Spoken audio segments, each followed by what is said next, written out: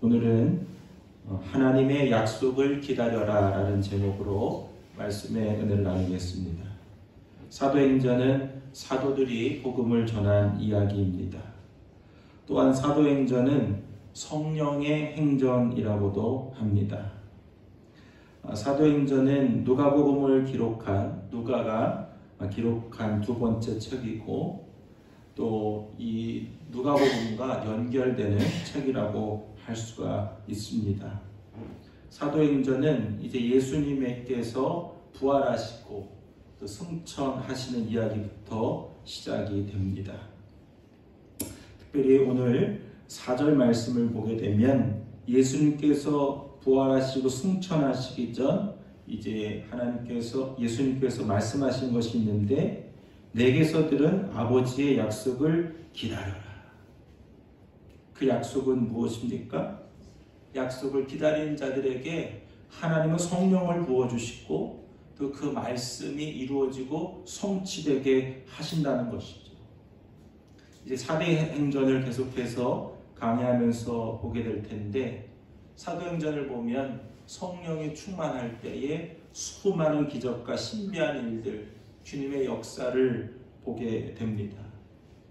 여러분들도 주님께서 약속하신 이러한 성령의 충만함, 또 말씀이 성취되고 이루어지기를 주님의 이름으로 축원합니다.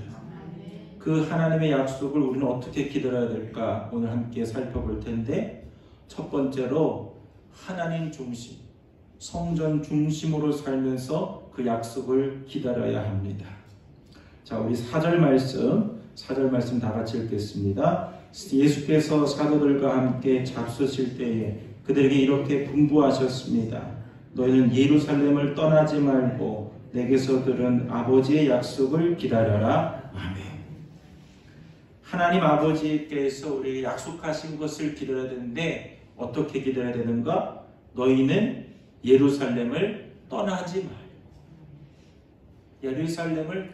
말고 하나님의 그 약속을 기다려.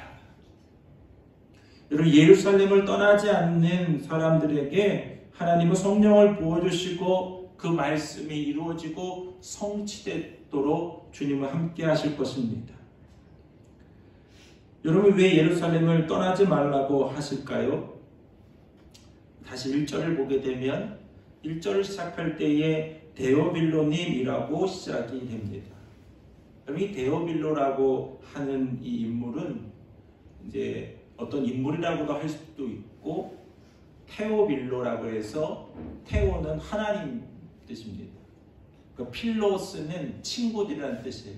그러니까 하나님을 사랑하는 친구들에게 쓴 편지들이에요. 이 사도행전은.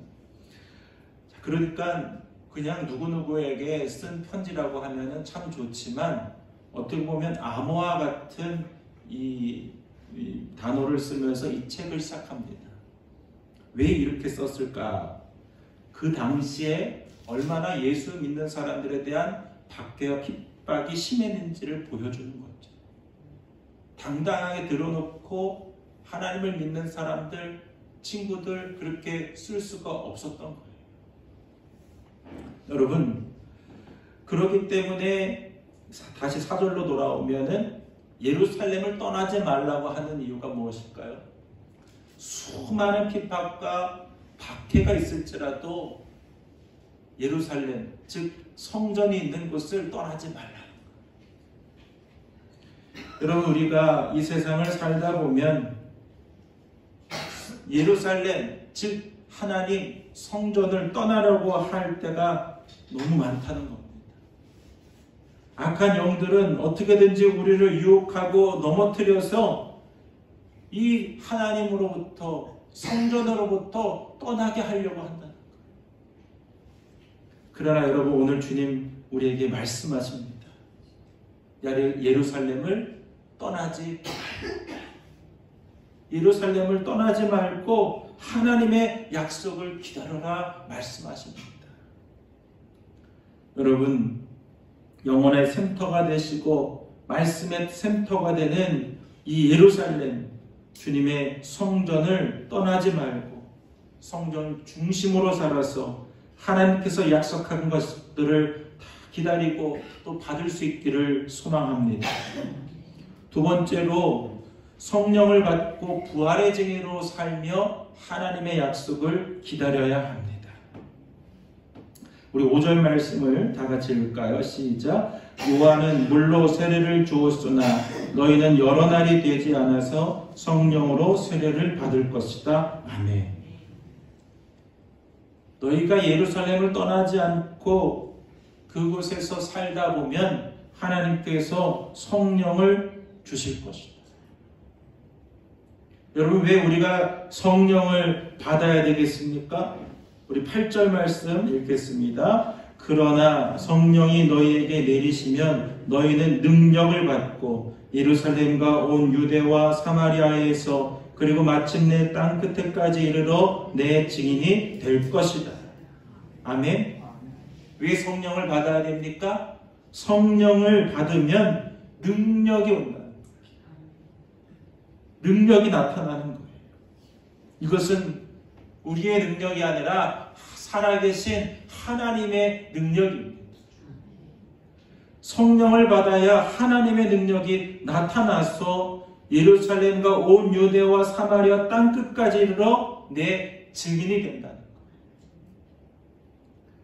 하나님은 성령을 받고 부활의 증인이 되며 살 때에 하나님은 그 가운데에 주님의 능력을 부어주시고 은혜를 부어주시겠다고 약속하신 것들을 이루어주시겠다고 우리에게 말씀하는 것입니다. 그래서 예수님께서 이제 제자들과 마지막으로 헤어지십니다. 이제 예수님은 부활해서 승천하셔서 하늘로 올라가시고 12절에서 14절 말씀을 보면 그 제자들은 어떻게 하죠? 예루살렘을 떠나거나 도망가거나 그러지 않고 그 올리브산에서 어디로 돌아왔습니까? 예루살렘으로 떠나지 않았어요. 그 약속을 지켰어요. 그리고 13절 14절에 마가의 다락방에 모여서 힘써 기도했어요. 여러분, 부활의 증인이 된 것입니다. 그 하나님의 약속을 기다리신 거예요. 여러분, 하나님 우리에게 부활의 증인이 되라는 거룩한 사명을 주십니다. 그 사명을 감당할 때에 하나님은 우리에게 약속하신 것들을 주시겠노라 말씀하는 거예요. 여러분, 증인이라는 뜻은요, 헬라어로 마르티스라고 하는 단어입니다. 증인이라는 단어는 곧 순교자라는 뜻이에요. 여러분, 주님을 얼마나 사랑하십니까? 핍박이 있고 박해가 있을지라도 주님을 끝까지 사랑할 수 있기를 소망합니다. 예수님께서 우리를 위하여 십자가에서 모진 고통과 핍박을 당하셨습니다. 채찍질 당하셨습니다. 모욕을 당하셨고 비방을 당하셨습니다. 그럼에도 끝까지 하나님을 사랑하고 우리를 사랑하셨던 것을 잊지 말아야 합니다. 우리는 주님의 성령을 사모하고 부활의 증인이 될 때에 하나님은 그 때와 시기는 우리는 알 수 없으나 하나님께서 정한 그 시기에 하나님의 약속을 이루어 주실 것입니다. 마지막 세 번째로 부족한 것들을 주님의 은혜로 채우며 하나님의 약속을 기다려야 합니다. 자, 우리 26절 말씀 우리 다 같이 읽겠습니다. 그리고 그들에게 제비를 뽑게 하니 마띠아가 뽑혀서 11 사도와 함께 사도의 수에 들게 되었다. 아멘. 이제 예수님을 팔아넘긴 가룟 유다는 비참하게 죽게 되었습니다.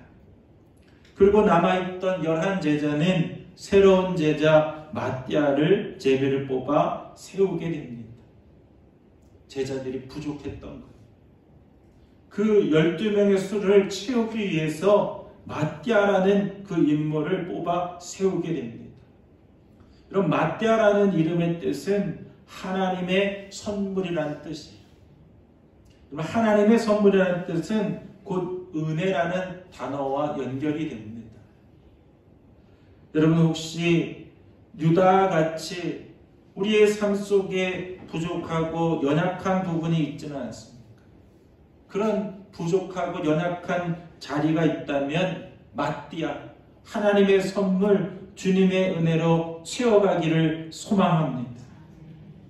근데 우리가 부족하고 연약한 것들을 채우려고 다른 것에 자꾸 세상을 찾아 헤맵니다. 또 사람을 의지하며 채우려고 합니다. 여러분, 그 부족하고 연약한 것들을 다른 것으로 채우지 말고 하나님의 은혜로 채워가시기를 소망합니다. 그럴 때 하나님은요, 부족한 것들을 채우게 하시고 또 완성하게 하시고, 그래서 하나님의 그 약속을 이루게 하시는 것입니다. 그런데 사탄은요, 우리의 자꾸 부족하고 연약한 것들을 공략합니다. 그래서 예루살렘을 떠나게 합니다. 그리고 성령을 받지 못하게, 성령을 회방하게 하고 부활의 증인의 사명을 자꾸만 내려놓게 합니다. 그런데 주님 안에서 우리가 예루살렘을 떠나지 않고 성령을 받고 그 능력을 받아 살아가면 그 부족하고 연약한 것들을 주님께서 은혜로 채워주실 것입니다. 그러다 보면 하나님의 약속을 받고 또 이루는 날이 오게 될 것입니다. 사랑하는 성도 여러분, 이제 새해가 시작이 되었습니다. 하나님께서 우리에게 분명히 약속하십니다. 내가 너에게 성령을 부어주리라. 이 사도행전과 같이 너에게 수많은 신비하고 놀라운 역사를 내가 이루고 성취하리라 우리에게 약속하시고 말씀하십니다. 여러분, 그 약속을 기다리시길 바랍니다. 예루살렘을 떠나지 마십시오. 그리고 성령을 받고 부활의 증인으로 살아가십시오. 부족하고 연약한 것들을 저 세상을 찾아 헤매며 채우지 마시고 주님의 은혜로 채우며 살아가십시오. 그럴 때 하나님께서 약속하신 모든 것들을 우리에게 허락하실 것입니다. 오늘도 하나님의 약속을 바라보며 기다리며 소망하는 저와 여러분 될 수 있기를 주의 이름으로 간절히 축원합니다. 기도하겠습니다.